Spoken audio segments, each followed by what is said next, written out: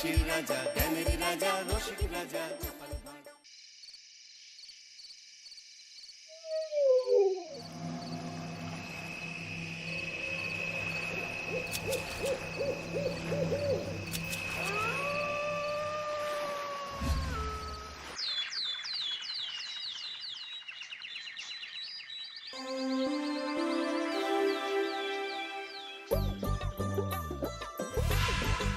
দূর দূর, হঠাৎ করে কেন যে এত চুল ঝরছে বুঝতেই পারছি না। কতদিন হয়ে গেল চুল ওঠা আর থামছেই না। না, এমন হতে থাকলে তো মাথায় টাক পড়ে যাবে। না না না, আজ রাজবৈদ্যের কাছে পরামর্শ নিতে হবে। কি ব্যাপার মহারাজ, আজ আপনাকে এমন চিন্তিত দেখাচ্ছে কেন? জীবনে বড় দুঃখ গোপাল, মন মেজাজ একদম ভালো নেই। সে কি, কি হয়েছে মহারাজ? গোপাল থাকতে দুঃখ কিসের? আর বলো না,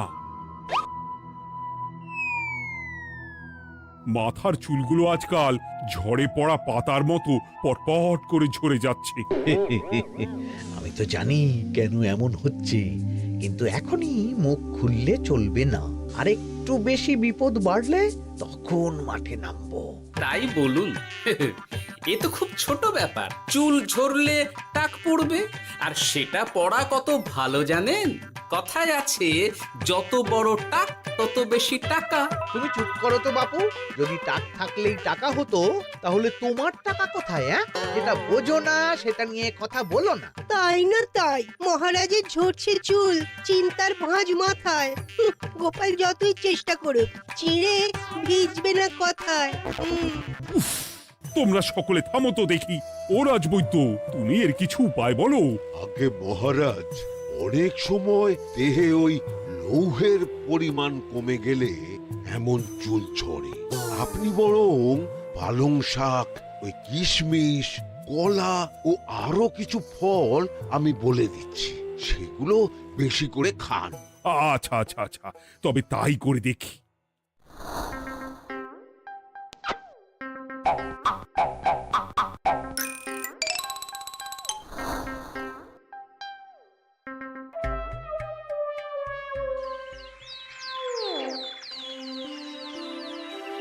ও রাজবৈদ্য, তোমার কথা মতো শাক পাতা ফলমূল সবই তো খেলাম, চুল ঝরা বন্ধ তো হলোই না।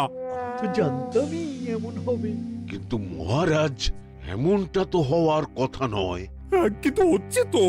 আরে আমার সাধের চুল, কোথায় চলে গেলি সব? এর জন্য তুমি দায়ী। তুমি এর জন্য শাস্তি পাবে বৈদ্য। আমাকে আমাকে ক্ষমা করে দিন মহারাজ, এমনটা হবে এ তো আমি ভাবতেই পারিনি। কিছু মনে করবেন না মহারাজ, ছোট মুখে বড় কথা বলছি, কিন্তু সত্যি এখানে রাজবৈদ্যর কোনো দোষ নেই। ওকে শাস্তি দেওয়াটা ঠিক হবে না মহারাজ। দেখেছেন মহারাজ, গোপালের সাহসটা দেখেছেন? আপনার মুখের উপর কথা বলছে। তা বলি, তুমি যখন এতই বোঝো, তাহলে নিজেই একটা আস্ত লোহা খেয়ে দেখো না, তোমার মাথায় চুল গজাচ্ছে কিনা। ঠিকই আছে, এসব মূর্খের মতো কথা কেবল আপনার থেকেই আশা করা যায় মন্ত্রী মশাই। মহারাজ, আপনি বিচক্ষণ মানুষ, আমার শুধু অনুরোধ, আরেকবার ভেবে দেখবেন। ঠিক আছে, রাজবৈদ্যকে আমি শাস্তি দেব না, কিন্তু সকলের জন্য আমার একটা ঘোষণা আছে। কি ঘোষণা? আমার এই কঠিন সমস্যা যে দূর করে দিতে পারবে, তাকে আমি বিশেষ পুরস্কারে ভূষিত করব। এই তো পেয়েছি, এই সুযোগ কোনোভাবেই হাতছাড়া করা চলবে না। এবারের সমস্যাটা সত্যি বেশ কঠিন। কি করলে যে মহারাজের চুল পড়া বন্ধ হবে সেই উপায় মাথাতেই আসছে না। হঠাৎ করে কেন যে এমন হলো কে জানে।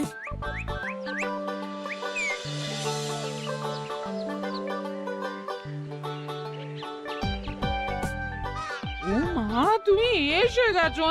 একটু বসো, আমি তেলটা মেখেই হাত ধুয়ে খাবারটা বাড়ছি। হ্যাঁ, সে ঠিক আছে, কিন্তু তুমি কিসের তেল মাখছো এটা? কি আবার মাথার চুলের তেল? এখানেও চুল, ওদিকে মহারাজেরও চুল ঝরে পড়া নিয়ে আমরা সবাই হিমশিম খাচ্ছি গিন্নি।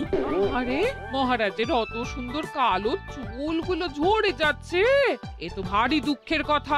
সে আর বলতে। ওই জন্যেই তো আমি বাবা মাথায় এই জড়িবুটি তেল মাখি, এতে চুলের গোড়া শক্ত করে, চুলকে ভালো রাখে, নতুন চুল গজায় সব। হ্যাঁ কি কি বললে? নতুন চুলও গজায়? সত্যি? হ্যাঁ, বাহ, তাহলে আর চিন্তা কি? আমাকে এই তেলটা একটু দিতে পারবে গিন্নি? মহারাজকে দিয়ে আসি। উনি বলেছেন যে ওনার সমস্যা দূর করতে পারবে তাকে উনি পুরস্কার দেবেন। উমা, এই তাই নাকি?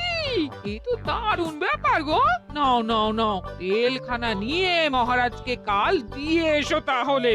আর জানিয়ে দিও, দিনে 2 বার কিন্তু তেল মাখতেই হবে। হ্যাঁ, আচ্ছা, ঠিক আছে।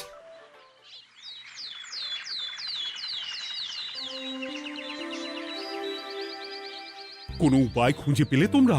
আগে মহারাজ, আমি আপনার জন্য নকল চুল বানিয়ে এনেছি। যতদিন আপনার চুল পড়া বন্ধ না হচ্ছে ততদিন আপনি এটা পরে ব্যবহার করতে পারেন। সে তো বুঝলাম, কিন্তু নকল চুল তো আর আসল চুলে জায়গা নিতে পারবে না বিজ্ঞানী। আসল চুলের কথা ভেবে আমি আপনার জন্য কেশুত্তে পাতা এনেছি মহারাজ। আচ্ছা বেশ। তা গোপাল, খুব তো আগের দিন বকবক করছিলে, তুমি কি এনেছো শুনি? সেটা যথাসময়ে দেখতে পেয়ে যাবেন মন্ত্রী মশাই। এটা জড়িবুটি তেল মহারাজ, আমি এটা আপনার জন্য এনেছি। এতে নতুন চুল গজায় আর চুলের স্বাস্থ্যও ভালো হয়। আমার গিন্নিও ব্যবহার করে এটি, তবে দিনে 2 বার করে মাখতে হবে, তাহলেই ভালো ফল পাবেন মহারাজ। বাবা, তাহলে তুমি কেন মাখো না? আচ্ছা, আপনার সমস্যাটা ঠিক কোথায় বলুন তো মন্ত্রী মশাই? মহারাজের জন্য কিছু আনলেও কথা শোনান, না আনলেও কথা শোনান। সত্যি তো মন্ত্রী, কেন তুমি সব সময় গোপালের পিছনে পড়ে থাকো বলো তো? এরা তো তাও সবাই কিছু না কিছু আমার কথা চিন্তা করে এনেছে, তুমি তো সেটাও করনি। না, আসলে মহারাজ, আমিও ভাবছিলাম আপনার কথা, কিন্তু থাক, বুঝেছি। আহ, দারুণ। তেলের গন্ধটাও খুব সুন্দর। গোপাল, তোমায় অনেক ধন্যবাদ। আশা করছি ব্যবহার করলে খুব ভালো ফল দেবে। একদম দেবেই মহারাজ। দূর বাবা, ভেবেছিলাম এক, হলো আর এক। কোথা দিয়ে যে গোপালটা মাঝখান দিয়ে এসে নাক গলিয়ে ঢুকে পড়ে, খুব শক্ত পুরস্কার নেওয়ার। দেখাচ্ছি মজা।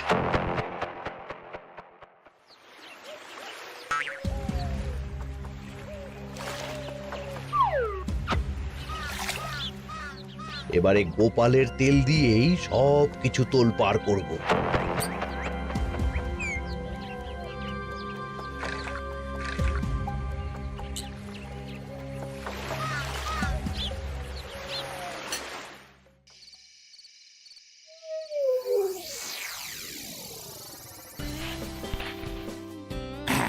ব্যাস, হয়ে গেল 2 বার মাখা। গোপাল বলেছিল এতেই ভালো ফল পাবো, কিন্তু এখন মাখার পর মাথাটা কেমন জ্বালা জ্বালা করছে মনে হচ্ছে। হয়তো নতুন চুল গজাবে বলে এমন হচ্ছে, কাল সকালে বোঝা যাবে। এতক্ষণে বোধ হয় ছোট ছোট চুল গজিয়েই গেছে। কি এটা চুল গজানোর তেল ছিল নাকি পড়ে যাওয়ার? হে ভগবান, যেটুকু বাকি ছিল সেটাও ঝরে পড়ে টাক পড়েই গেল। হ্যাঁ, গোপালই হলো যত নষ্টের গোড়া। আজ আসুক সভায়।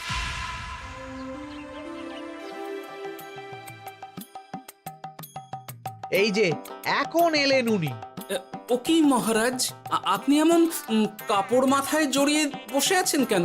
তুমি আর এমন প্রশ্ন জিজ্ঞাসা করো না গোপাল, তোমার দয়াতেই মহারাজের এমন অবস্থা।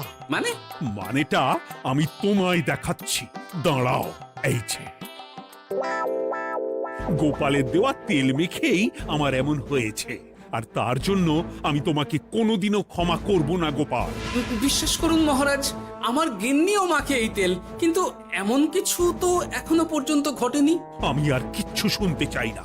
আমার মাথা ভর্তি চুল আমি ফেরত চাই। যতদিন না আমার মাথার সব চুল ফিরে আসছে ততদিন আমি তোমার মুখও দেখতে চাই না। মহারাজ, আপনার কোনো চিন্তা নেই, আমি তো আছি। এবার এই সমস্যার একটা সমাধান আমি করেই ছাড়বো। কি ব্যাপার, মন্ত্রী মশাই এত লাফাচ্ছে কেন? এসবের পেছনে আবার ওনার হাত নেই তো? না, ব্যাপারটা পরে দেখতে হচ্ছে।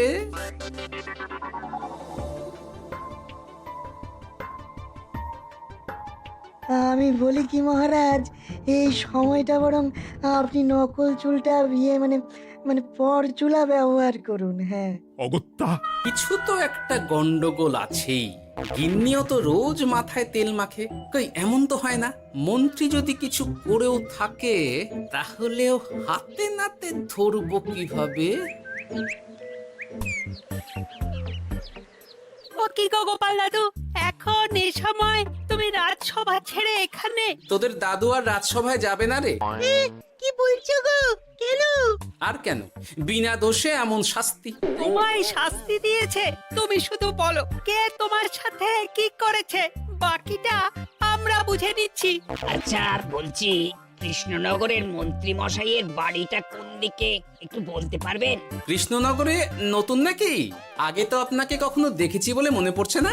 হ্যাঁ, আমি এখানে থাকি না, আমি এখানে আমার কাজে এসেছি, তাই মন্ত্রী মশাইয়ের বাড়ির ঠিকানাটা যদি একটু বলে দেন। নিশ্চয়ই, এ পথ দিয়ে সোজা চলে যান, তারপর কিছুটা ডান দিকে গেলেই পেয়ে যাবেন। আচ্ছা, অনেক ধন্যবাদ। ভিন গাঁয়ের লোক মন্ত্রী মশাইয়ের বাড়িতে? ব্যাপারটা বেশ সন্দেহজনক লাগছে। এই এই গুলটে ন্যাপলা, তোরা তোরা দুজন একটু আড়াল থেকে দেখতো লোকটা মন্ত্রী মশাইয়ের বাড়িতে ঠিক কি জন্য এসেছে, তারপর আমায় খবর দিস। ঠিক আছে গোপাল দাদু। তোমার আবার এখানে আসার কি দরকার ছিল? আমি তো বলেছি যে আমি ঠিক গিয়ে তোমার পাওনা গন্ডা মিটিয়ে দেবো। মিটিয়ে দেবে? কতদিন হয়ে গেছে জানেন?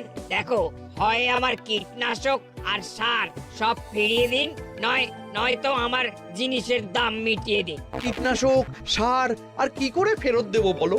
ও তো সব পুকুরের জলে মিশে গেছে। ওসব আমি জানি না, আমার পাওনা গন্ডা মিটিয়ে দিন, ব্যাস। চল চল, এখনই তাহলে গোপাল দাদুকে গিয়ে সব জানাই। চল চল। দাদু, ও গোপাল দাদু। তোরা এসে গেছিস? আয় আয় আয় আয় আয়। মন্ত্রী মশাইয়ের মুখ থেকে অনেক খবর পেলাম। তাই নাকি? কি শুনি? মন্ত্রী মশাই ওই লোকটার কাছ থেকে অনেক কীটনাশক সার নিয়েছে, কিন্তু এখনো জিনিসের দাম মেটায়নি। হ্যাঁ, ওই জন্যই তো মন্ত্রী মশাইয়ের উপর লোকটা খুব লেগেছিল, হুমকিও দিয়েছে 1 সপ্তাহের মধ্যে জিনিসের দাম সব মিটিয়ে দিতে হবে। তাই নাকি? কিন্তু কীটনাশক সার নিয়ে মন্ত্রী মশাই কি করবে? সেটা তো বলতে পারবো না দাদু। তবে হ্যাঁ, মন্ত্রী মশাই ওই লোকটাকে বলছিল যে ওই সব কীটনাশক সার পুকুরের জলে মিশে গেছে। কি বললি? পুকুরের জলে? আচ্ছা, এবার দুয়ে দুয়ে 4 করা গেল। অনেক ধন্যবাদ রে তোদের। বল বল, তোরা কি খাবি? কিচ্ছু লাগবে না গোপাল দাদু, তবে ভোলা বয়ের আর মিষ্টি খাওয়ালে। আচ্ছা আচ্ছা। কি করে যে মহারাজকে আসল ব্যাপারটা বোঝাই, কিছু তো একটা উপায় বের করতেই হবে। তা বলি বাবা, রাজসভায় যেতে হবে না বলে কি সারাদিন এইভাবেই শয়নে শয়নে দিন কাটাবেন বাবা? হ্যাঁ, উপায় পেয়ে গেছি। বুঝলে গিন্নি, আমাকে একটা জায়গায় যেতে হবে, বুঝলে? তারপর ওখানে যদি কাজ হয় তাহলে আগামীকাল রাজসভায় আমি যাব। কিন্তু তুমি যে বলেছিলে তোমার এখন ছুটি। হ্যাঁ, কি আর করি বলো, গুরুত্বপূর্ণ একটা কাজ, তাই যেতেই হবে। আচ্ছা যাও। কই গো বিজ্ঞানী? আরে গোপাল যে, বলো। এই যে বিজ্ঞানী, একটা বিশেষ দরকারে তোমার কাছে এলাম, বুঝলে? হ্যাঁ, বলোই না। আচ্ছা, এই দূষিত জলকে কিভাবে আবার পরিশুদ্ধ করে বলতে পারবে? কেন পারবো না? জলের মধ্যে একটু চুন আর ফটকিরি দিয়ে দিলেই জল আবার দূষণমুক্ত হয়ে যাবে। তবে ওগুলো দেওয়ার পর কিছুদিন সেই জলকে ব্যবহার করা বন্ধ রাখতে হয়। হ্যাঁ। আচ্ছা আচ্ছা, অনেক ধন্যবাদ। আসি তাহলে, হ্যাঁ?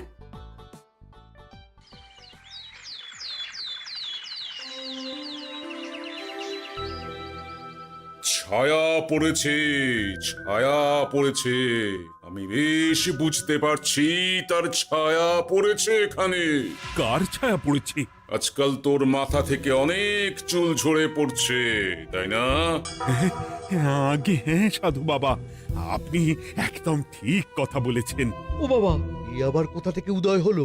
আরে আমি একা গিয়ে সেই স্নানের পুকুর পরিদর্শন করতে চাই। যথা আজ্ঞা বাবা।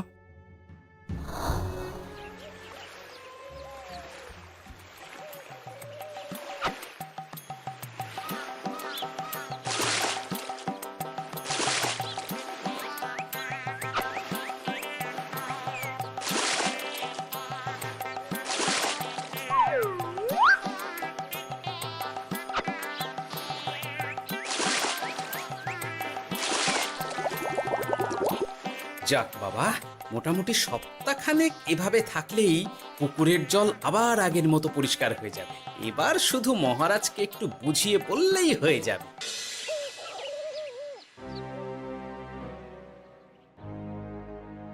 কি বুঝলেন সাধু বাবা? আমার অনুমানটাই ঠিক ছিল। পুকুরের জলে কালো ছায়া পড়েছে, কুদৃষ্টি পড়েছে, তাই এমন হচ্ছে। সে কি? কি কালো ছায়া? যত সব বাজে কথা। জল দূষণ করলাম আমি, আর দোষ পড়ছে কালো ছায়ার উপর। তাহলে এখন কি হবে? চিন্তার কোনো কারণ নেই। আমি মন্ত্রপুত ভস্য ছড়িয়ে দিয়েছি। 1 সপ্তাহ ওই পুকুরের জল স্পর্শ তো দূর, পুকুরের কাছেও যাওয়া নিষেধ। তাহলে আমার মোহরের কি হবে? যথা আজ্ঞা সাধু বাবা।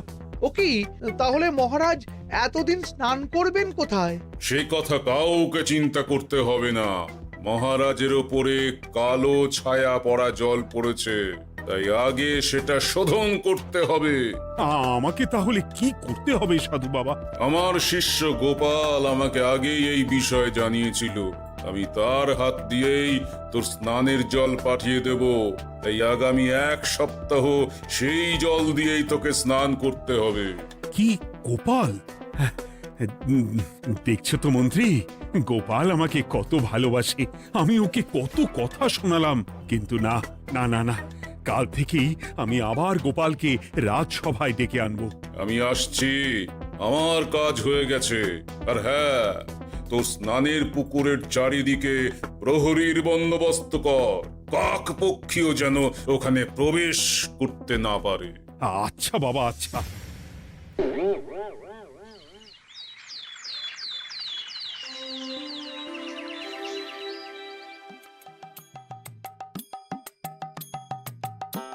গোপাল, তোমাকে আবার এখানে দেখতে পেয়ে আমার খুব ভালো লাগছে। তোমার গুরুদেব গতকাল এসেছিলেন, কিছু মনে করো না। না বুঝেই তোমাকে অনেক কথা শুনিয়েছি। না মহারাজ, আমি জানি আপনি আমাকে খুব ভালোবাসেন, তাই আমি কিছু মনে করিনি মহারাজ। এই নিন, আমি আপনার স্নানের জল এনেছি। হ্যাঁ হ্যাঁ, দাও দাও দাও।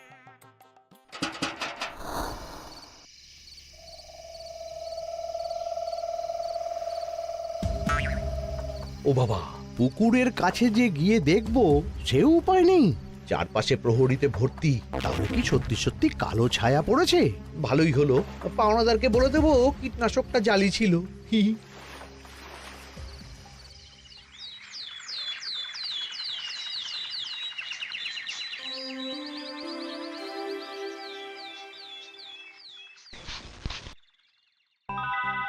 এই তো আমার সেই পুরনো কালো চুলগুলো আবার ফিরে এসেছে।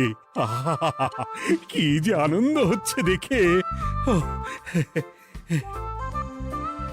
আজ 1 সপ্তাহ সম্পূর্ণ হলো। গোপালের জন্য আমার স্নানের পুকুর থেকে কালো ছায়া দূর হয়েছে। আমাকে এই সমস্যা থেকে দূর করার জন্য আমি গোপালকে 100টি মোহর উপহার দিতে চাই। ধন্যবাদ মহারাজ। দূর, আমার আর ভালো লাগে না। সব সময় গোপালই মোহর পায়, এটা তো আমার পাওয়ার কথা ছিল। এদিকে আজকে পাওনাদারও আসবে।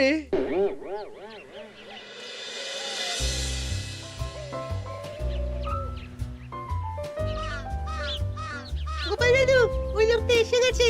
আচ্ছা, আসছি। এটা তো মন্ত্রীর বাড়ির দিকে রাস্তা। আমরা তাহলে ওদিকে কেন যাচ্ছি গোপাল? আপনার পুকুরের আসল রহস্যটা কি সেটা আপনি জানবেন না মহারাজ? মানে নিজের চোখেই দেখুন, তাহলে বুঝতে পারবেন। আর একটু সময় দাও আমায় ভাই, এমনিতেও তোমার কীটনাশক কোনো কাজের নয়। কি এখন এসব কথা? আর একদিনও সময় দিতে পারছি না। একটু বোঝো, একটু। সব আমি মহারাজের পুকুরের জলে মিশিয়ে দিয়েছি। মন্ত্রী, তুমি তাহলে সেই কালো ছায়া? মহারাজ, আপনার পর্দা ফাঁস হয়ে গেছে মন্ত্রী মশাই। তুমি তাহলে সবটা জানতে? একদম প্রথম থেকে। রে, খুব জোর ফেঁসেছি। এদিকে পাওনা আর ওদিকে মহারাজ, এইখান থেকে কেটে পড়তে হবে। ই! গন্ডগোল করে আবার পালানো হচ্ছে কবে রে? বলো, কেন করেছিলে? মহারাজ, আমি ভেবেছিলাম আপনার সব চুল উঠে গেলে আমি আপনার কাছ থেকে চুল গজানোর ওষুধ দেওয়ার নামে অনেক টাকা লুটবো। কিন্তু সেই ভাবনা ভাবনাই থেকে গেল, সেগুড়ে যে বালি হয়ে গেল। ভাবা যায় চুলের জন্য চুলোচুলি, হ্যাঁ? হাসির রাজা জ্ঞানের রাজা রসিক রাজা